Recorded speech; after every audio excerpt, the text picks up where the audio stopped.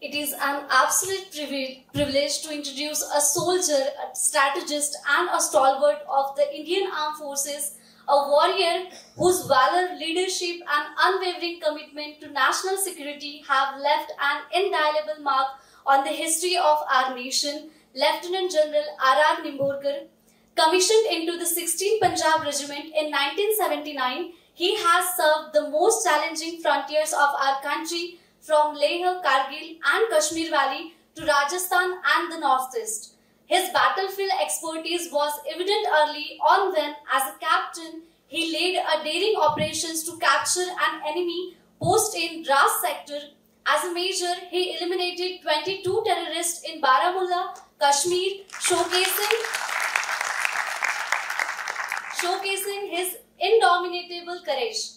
His distinguished career saw him command the 16th Punjab Regiment in Jammu and Kashmir, an infantry brigade in Nowshera, and later serves as General Officer commanding Maharashtra, Gujarat, Goa. He led the 16th Corps Nagrota in 2015 before assuming the prestigious role of Master General of Ordnance at Army Headquarters in 2017. One of his most defining moments was his critical role in the 2016 surgical strike at a top-secret mission that delivered a resounding blow to terror camps across the border.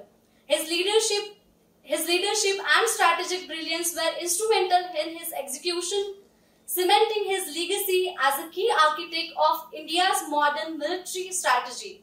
Having also served as a UN military observer in Angola, he brought his expertise to global peacekeeping efforts. His remarkable service has been recognized with an array of prestigious honors, including the Param Vishishta Seva Medal, Uttam Yuddha Seva Medal, Ati Vishishta Seva Medal, Sena Medals for gallantry and distinguished service, and the Vishishta Seva Medal, each a testament of his exceptional leadership. Even beyond his military career, his pursuit of knowledge continues, earning a PhD from Chaudhry Charan Singh University, Meerut in 2022. A warrior, a scholar, and a true patriot, he embodies the highest ideals of service and sacrifice. Ladies and gentlemen, let us rise and extend our thunderous welcome to distinguished Lieutenant General R.R. Nimborkar.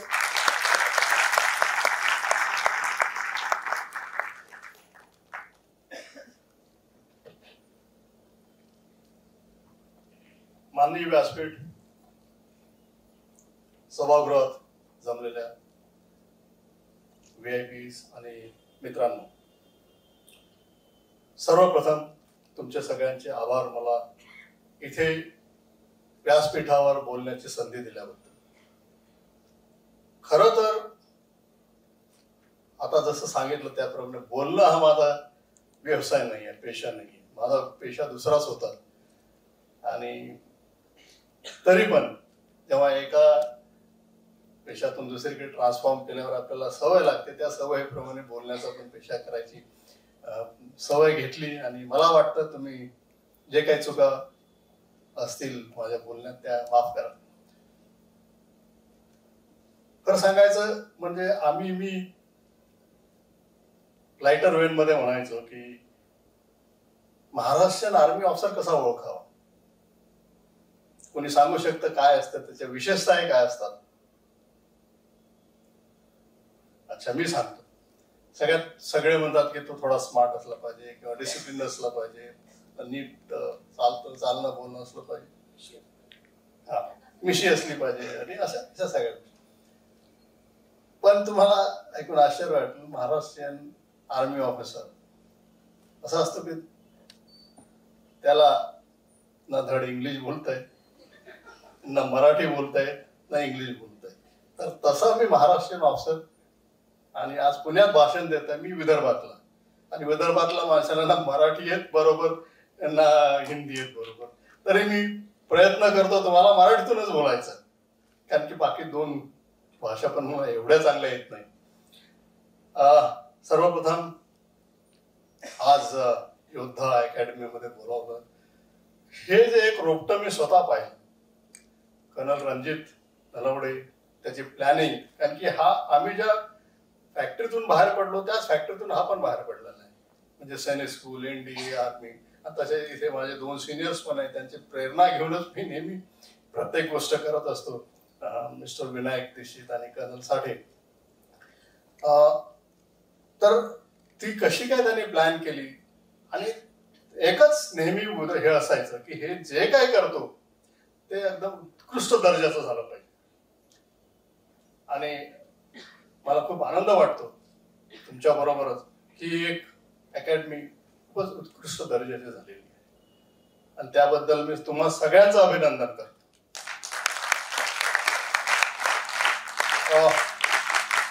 दुसरं म्हणजे महत्वाचं असतं की सगळे young लोक, तुम्ही विद्यार्थी आहात, आम्ही पण तुमच्या सारखेच होतो, आणि जेव्हा कोणी भाषण करायला यायचं ना तेव्हा वाटत हा कधी समाप्त करतोय, कधी खतम करतोय, आम्हाला जाऊ दे आता. मी तुम्हाला 5 मिनिटाच्या वरती जास्त थांबवणार नाही, एवढं नक्की आहे. 2-3च गोष्टी सांगायच्या वाटतात. डॉक्टर अच्युतांनी सांगितलं बऱ्याचशा गोष्टी, AI वगैरे, ह्या सगळ्या गोष्टी आजकालच्या पुढच्या जगात राहील, पण त्या बेसिक्स असतात, त्या फाउंडेशन्स असतात, त्या नेहमीच राहतील. एक म्हणजे मनुष्य, मला नाही वाटत कोणी त्याला रिप्लेस करू शकेल. आर्मीच्या, मिलिटरीच्या युद्धभूमीवर सांगायचं असलं तर आत्ताच घेतलेलं युक्रेन रशियन वॉर बघायचं. आम्ही जेव्हा मेजर ते लेफ्टनंट जनरल सगळं प्लॅन करायचो की आम्ही पाकिस्तानमध्ये जाऊन 7 दिवसात कॅप्चर करू, हे कॅप्चर, तसेच पाकिस्तानी करायचे की आम्ही आग्र्याला येऊ आणि दिल्ली कॅप्चर करू 7 दिवसात, 10 दिवसात, आणि हे टँक्स तिथे जातील. आज युक्रेन युद्धाला मला वाटतं 3 वर्ष झाली, काही फरक पडला नाही. सगळी टेक्नॉलॉजी, UAVs, मारा, मिसाईल, या सगळ्याचं हे सगळं यूज केलेलं आहे त्यांनी. पण शेवटी माणूसच महत्वाचा असतो. ज्याचा जो मनुष्यबळ आहे, चांगलं मनुष्यबळ आहे, तोच मला वाटतं शेवटी जिंकेल. ह्या सगळ्या गोष्टी आपल्याला आत्मसात करून, जसं मिलिटरी स्कॉलर वॉरियर आहे, ते आत्मसात करावंच लागणार, कारण की जर ते नाही केलं तर तो मनुष्य मरून जाईल. ह्या सगळ्या गोष्टी आपल्याला आत्मसात करून शेवटी त्या माणसाला आपल्याला त्याला एम्पॉवर करावं लागेल की बाबा तू राहा इथे आणि चांगलं. आता सांगितलं आधीच की बऱ्याचशा करिअर अपॉर्च्युनिटी आहेत तुम्हाला, आणि त्याबद्दल मी बोलत नाही. इंजिनिअरिंग, मेडिकल, STEM जे आपण म्हणतो त्या सगळ्या गोष्टी आहेतच, पण मी आज तुम्हाला सांगतो की मिलिटरी लाईफ, मिलिटरी प्रोफेशन हे का महत्वाचं आहे, किंवा का तुम्ही गेलं पाहिजे तिथे, आणि त्याच्यासाठी हे एक पायरी आहे. योद्धा डिफेन्स अकॅडमी बऱ्याचशा असतात. सगळ्यांना पहिले गुरु लागतो. गुरुशिवाय तुम्ही काहीच करू शकत नाही. आता तो म्हणतो मी सेल्फ लर्निंग केलेलं आहे, मी स्वतः शिकलेलं आहे, हे होत नाही. सेल्फ लर्निंग तुम्हाला कुठून तरी ऊर्जा आलेली असेल, कुठून तरी प्रेरणा आली असेल. तसं उदाहरण महाभारताची इच्छा आहे. एकलव्याने त्याने द्रोणाचार्याचा पुतळा ठेवून त्याला गुरु मानून केलं, म्हणजे गुरु असल्याचे होत नाही. आणि मला वाटतं की बऱ्याचशा अकॅडमीज पाहिल्या मी इथे, सगळ्यांना गायडन्स वर केलाय. मला वाटतं एक योद्धा अकॅडमी एक गुरुचं काम करू शकते, चांगल्या रीतीने करू शकते. मग याच्यानंतर हे जे सगळं झालं, सांगितलं कोणते कोणते करिअर, मग आर्मीच करिअर का, म्हणजे आर्मी, एअरफोर्स, एअर का तुम्हाला, हे दुसरे असले तरी मग हे कशाला जाईल. हे एक करिअर आहे ज्यामध्ये तुम्हाला सेल्फ रिस्पेक्ट असतो. तुम्हाला बऱ्यापैकी पैसे मिळतात. मी म्हणत नाही की तुम्हाला जसे लाखोनी वगैरे कमावता किंवा तुम्ही कॉम्प्युटर स्पेशलिस्ट आहे, हे सगळे एका 3 वर्षात घरं घेऊ शकता, कारा घेऊ शकता, हे असं आर्मीमध्ये होत नाही. आपल्या कासवगतीने चालू असतं ते, पण तरी कमी नसतं. आणि सगळ्यात मोठं सेल्फ रिस्पेक्ट तुम्हाला काम करायला. आणि अशी जी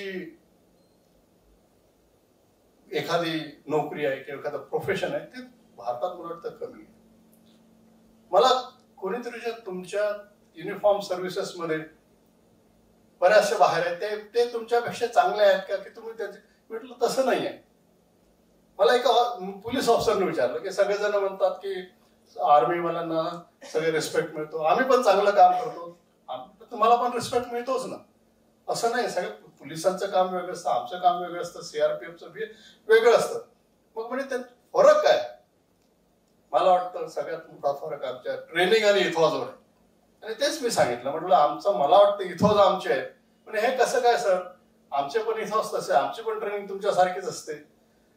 म्हटलं नाही, त्यामध्ये एक फंडामेंटल डिफरन्स आहे. पण कोणता डिफरन्स आहे? मी म्हटलं आमच्या ट्रेनिंगमध्ये आम्ही जेव्हा अटॅक करायला शिकवतो जातं आम्हाला, तेव्हा आमचा जो दुसरा एक, आम्ही जेव्हा अटॅक करतो तर आमचा सपोर्ट ग्रुप असतो, तो सपोर्ट ग्रुप फायर करतो. आणि जेव्हा मी अटॅक करायला जातो तो सपोर्ट ग्रुप फायर करो और पूरी सेक्शन मेरे पीछे मूव.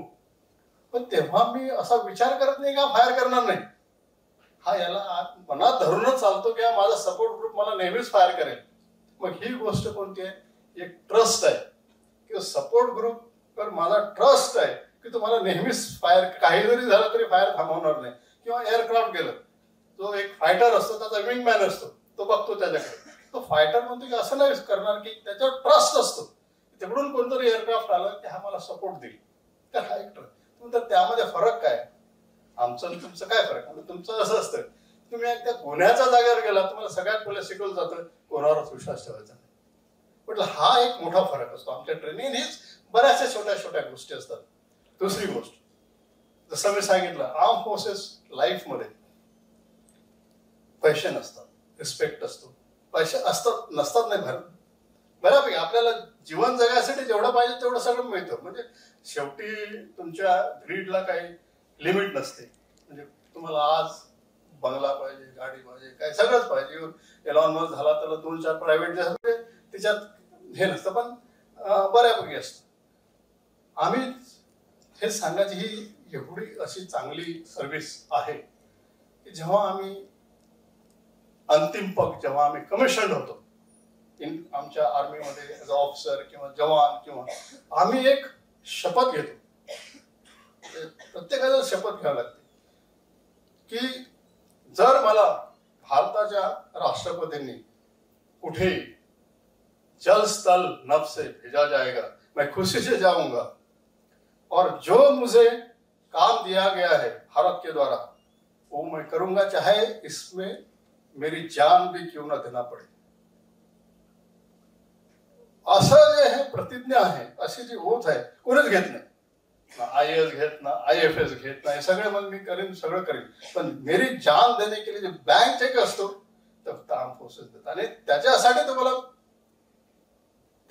तुम्हाला रिस्पेक्ट मिळतो. आणि म्हणून माझी कळकळीची विनंती आहे तुम्हाला की जर असला तर हा प्रोफेशन एक निर्भळ, चांगला आणि भारताच्या दृष्टीने तुम्ही भारतासाठी काही करू शकता, हा करा. आणि जर तुम्हाला हे करायचं असलं तर याच्यापेक्षा दुसरं प्रोफेशन नाहीये. हे ट्रस्ट झाला, दुसरी तुमची सॅक्रिफाईसची भावना झाली, आणि तिसरं एक उदाहरण देऊन सांगतो पर्सनल लाईफ मधलं, आणि त्याच्यानंतर मी माझं भाषण संपवतो. कारण की जसं आधी मी सांगितलं, मी सेकंड क्लास बघताय आणि शेवटच्या वक्त्याला पण काहीतरी बोलावं लागेल, तर अटेंटिव्ह राहावं लागेल. एक लॉयल्टी, हे जेव्हा आपण एका दिवसाची नसते लॉयल्टी. मी 18-19 वर्षाचा असताना सेकंड लेफ्टनंट झालो, म्हणजे ऑफिसर झालो. आणि तेव्हा माझ्याजवळ एक बडी होता, म्हणजे आमच्या बरोबर असतो नेहमी. आम्ही बरोबर कुठेही गेलो, पेट्रोलिंगला गेलो, लॉंग रेंज पेट्रोलिंगला गेलो, जंगलात बसलो, हे सगळे आम्ही बरोबरच असतो. आणि एक दुसऱ्या मित्रासारखे वागतो. म्हणजे जवान असलो, ऑफिसर असलो, त्यामध्ये फरक काही नसतो. जवान पण तोच काम करतो, ऑफिसर पण तेच काम करतो. आणि एक दुसऱ्यामध्ये बंधुत्वाची भावना निर्माण होते. तर जेव्हा मी कर्नल झालो तेव्हा माझे युनिट कमांड करायला गेलो फील्ड एरियामध्ये आणि लाईन ऑफ कंट्रोलमध्ये. तर एक जवानांना मी पाठवलं पेट्रोलिंग करायसाठी लाईन ऑफ कंट्रोलवर. तर चुकून ते माइन फील्ड, म्हणजे मराठीत मला माहित नाही त्याच्याकरता, म्हणजे तिथे सुरुंग पेरलेले असतात आणि ते माहीत नसतात. 1947 पासून पेरलेले आहे, त्याच्यावर ऍडिशन होत आहे आणि कितीतरी आपण प्रयत्न केला तरी समजत नाही कुठे. तर येता येता एका जवानाचा पाय उडला म्हणजे मग त्याला पाय कापावं लागला.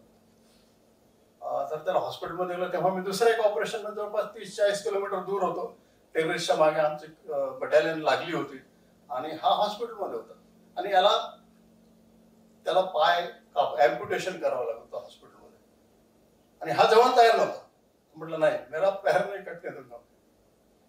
तो डॉक्टर आता समजे ना, कारण की अनलेस त्याची सिग्नेचर असली त्याच्याशिवाय तो अँप्युटेशन होणार नाही. जर अँप्युटेशन केलं नाही तो मरणार, म्हणजे ते जग जाहीर होतं.